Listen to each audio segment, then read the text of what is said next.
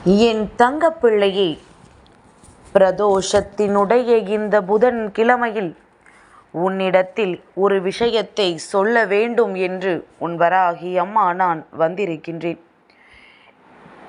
என் பிள்ளையே, வெற்றி விடியலை உனக்கு கொடுப்பதற்காக நீண்ட நேரமாக காத்து கொண்டிருக்கின்ற இந்த தாயானவள் என்னை தொட்டு நீ உள்ளே அழைத்து விடுவாய் என்கின்ற நம்பிக்கையில்தான் நான் வந்திருக்கின்றேன்.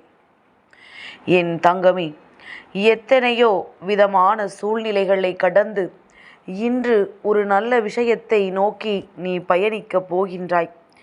இன்று உன்னுடைய வாழ்க்கையில் உனக்கு கிடைத்த ஒரு அதிசக்தி வாய்ந்த அற்புத விடியலாகத்தான் இருக்கப் போகின்றது. என் குழந்தைக்கு மனதில் இருக்கின்ற எண்ணங்கள், மனதில் இருக்கின்ற ஏக்கங்கள் என்று எல்லாம் இன்று நிறைவேறப் போகின்றது. இத்தனை நாளும் நீ பட்ட கஷ்டங்களுக்கெல்லாம் உனக்கு பலன் கிடைக்கப் போகின்றது. சூழ்நிலைகளை எல்லாம் என் பிள்ளை கடந்து வாழ பழகி கொண்டாய். ஏற்கனவே எத்தனையோ பிரச்சனைகளிலிருந்து மீண்டு வர தெரிந்த உனக்கு இனிமேலும் இவையெல்லாம் ஒன்றும் அத்தனை பெரிய காரியம் அல்ல. இருந்தாலும் எவ்வளவுதான் நாம் தைரியமாக நின்று கொண்டிருந்தாலும் எல்லாவற்றிற்கும் மேலாக நமக்கு ஆறுதல் சொல்ல ஒருவர் இருக்கிறார்கள் என்றால் அது மனதிற்கு மேலும் தைரியம்தான்.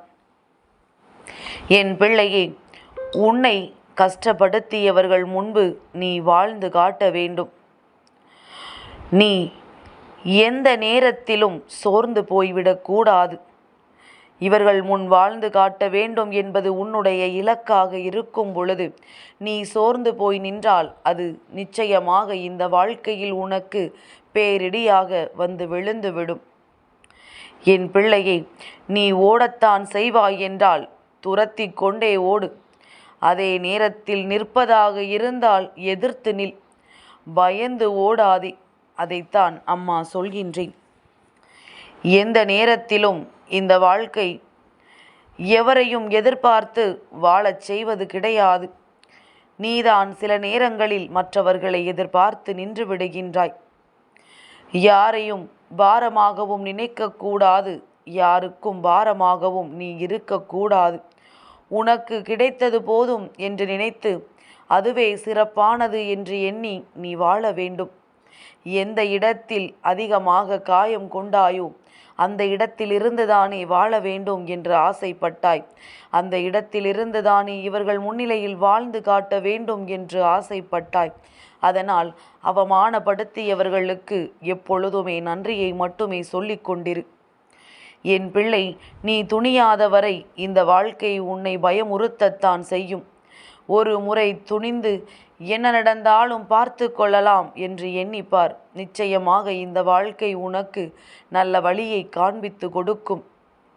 என் பிள்ளையே, கடவுளுக்கு கொடுத்து பக்தனாக இருக்க வேண்டும் என்று நினைப்பதை விட ஏழைகளுக்கு கொடுத்து நீ கடவுளாக மாறிவிடு. உன் அம்மா சொல்வது உனக்கு புரிகின்றதா? தெய்வம் உன்னிடத்தில் அது வேண்டும் இது வேண்டும் என்று ஒரு பொழுதும் கேட்பதில்லை. எனக்கு இவ்வளவு உணவுகள் கொடு என்று தெய்வம் ஒரு நாளும் உன்னிடத்தில் சொல்லியதில்லை. ஆனால் ஒன்றுமில்லாமல், ஒருவேளை சோற்றுக்கு கூட வழி இல்லாமல் எத்தனையோ குழந்தைகள் கஷ்டப்படுகின்றார்கள். இவர்களுக்கெல்லாம் ஒருவேளை உணவு கொடுத்து நீ கடவுளாக மாறிவிடலாம்.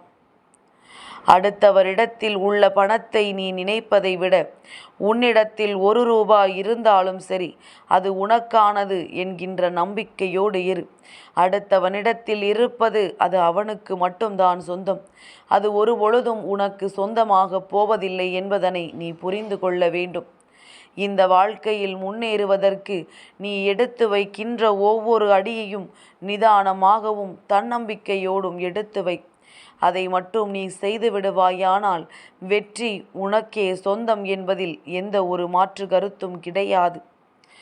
எது நல்லது என்பதனை தொடர்ந்து சொல்லாதே. எது நல்லது என்பதனை தொடர்ந்து சென்று கொண்டிரு.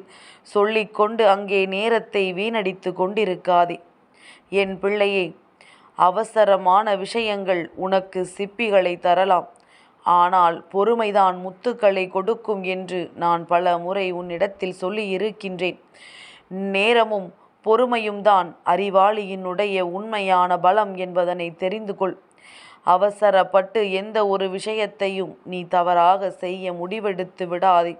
நீ செய்த அத்தனை செயல்களுக்குமான பலன் உன்னை தேடி வந்து கொண்டிருக்கின்றது என்பதனை மறந்து விடாதே. நீ செய்தது நல்லதாக இருந்தாலும் சரி, தீமையாக இருந்தாலும் சரி. நல்லதாக இருந்தால் நல்லதாக திரும்ப வரும், தீமையாக இருந்தால் அது தீமையாக உன் கைகளுக்கு திரும்ப வரும் என்பதில் எந்த ஒரு மாற்று கருத்தும் கிடையாது. என் பிள்ளையே, சிலரது வார்த்தைகள் உன்னுடைய செவிகளுக்கு இனிமையாக இருக்கும். சிலரது வார்த்தைகள் நீ ஏற்கனவே துன்பப்பட்டு கொண்டிருக்கும் பொழுது மேலும் மேலும் உன்னை துன்பப்படுத்துவதாக இருக்கும். சிலரது வார்த்தைகள் செய்கின்ற செயலை இன்னமும் நல்லபடியாக செய்வதற்கான உற்சாகத்தை உனக்கு கொடுக்கும். சிலரது வார்த்தைகள் உனக்குள் தன்னம்பிக்கை உணர்வை ஊற்றெடுக்க வைக்கும். ஆனால் சிலரது வார்த்தைகள் உனக்கு வாழ்க்கையை கொடுக்கும். உன் வராகி என்னுடைய வார்த்தைகள் உனக்கான வாழ்க்கையைத்தான் தினமும் உன்னிடத்தில் கொண்டு வருகின்றது என்பதனை நீ மறந்துவிடக்கூடாது. இந்த உலகம் இந்த வாழ்க்கையை எப்படியெல்லாம் மறைத்து வைத்திருக்கிறது என்று பார்த்தாயா? உனக்கானது உன்னை வந்து சேர வேண்டும் என்பது விதியானால் அதை யாராலும் தடுத்து நிறுத்திவிட முடியாது. உனக்கென்று இருக்கின்ற சில விஷயங்களை நான் நிச்சயமாக உன்னிடத்தில் கொண்டு வந்து சேர்த்தே தீருவேன். நீ அடைய நினைத்த இலக்கை அடையும் வரை இடையில் என்ன நடந்தாலும் சரி, கலங்காமல் நீ முன்னேறி கொண்டே இரு. என் பிள்ளையே, உனக்கு துணையாக இருப்பது உன் வராகி நான் என்பது எப்பொழுதும் உன்னுடைய நினைவில் இருக்கட்டும். எளிமையான வாழ்க்கைத்தான் ஒருவரை வலிமையாக வாழ வைக்கும் என்பதனை புரிந்து கொள். இனி வாழவே முடியாது என்ற நிலைக்கு சென்றவனால்தான் இதுவரை யாருமே வாழாத வாழ்க்கையை திருப்திகரமாக வாழ்ந்து காட்ட முடியும். இரண்டையும் பார்த்துவிட்ட பிறகு அவனுக்கு இனிமேல் இந்த வாழ்க்கையில் எந்த எல்லையும் இல்லை என்று புரிய வந்துவிடும். அதன் பிறகு இந்த வாழ்க்கையை வாழ்ந்து காட்ட வேண்டும் என்ற நம்பிக்கை அவர்களுக்குள் வந்துவிடும். வாழ்க்கையில் தோல்வி வந்தால் சோர்ந்து போகாதே. மீண்டும் மீண்டும் எழுந்து நிற்க பழகு. உன்னுடைய முயற்சிக்கான பலன் நிச்சயமாக உனக்கு கிடைக்கும் என்பதில் எந்த ஒரு சந்தேகமும் வேண்டாம். அடைந்தே தீருவேன் என்ற வைராக்கியம் உடைய மனிதனினுடைய எண்ணங்கள்தான் வெற்றியை எளிதாக்கி கொடுக்கும். நீ முடியுமா முடியாதா என்று எண்ணிப்பார். அந்த வெற்றியானது உன்னை விட்டு வெகு தூரம் விலகிச் சென்று கொண்டே இருக்கும். என் பிள்ளையே, நிச்சயமாக பறவைகளால் நான் தூக்கி எறியப்பட்டேன் என்று விதைகள் நினைத்திருந்தால் அது எப்படி மரங்களாக மாறியிருக்கும்? கடைசி வரை நம்மை தூக்கி போட்டு விட்டார்களே என்று அது வேதனைப்பட்டு கொண்டுதான் இருந்திருக்கும். அது எப்படி மரங்களாகி இருக்கும், கனிகள் கொடுத்திருக்கும் என்று சற்று சிந்தித்துப்பார். அதுபோலத்தான் தோல்விகள் உன்னை தூக்கி எறிந்தாலும் நீ வெற்றி என்னும் கனிகளை கொடுத்து கொண்டு சாதிக்க வேண்டுமே தவிர அப்படியே விழுந்த இடத்தில் படுத்துறங்க கூடாது என்பதனை புரிந்து கொள். இங்கே சிலரது எண்ணங்கள் என்ன தெரியுமா? எப்பொழுது நம்மை தூக்கி எறிவார்கள், அதோடு நம் முயற்சியை நிறுத்திவிடலாம் என்று நினைக்கின்றார்கள்.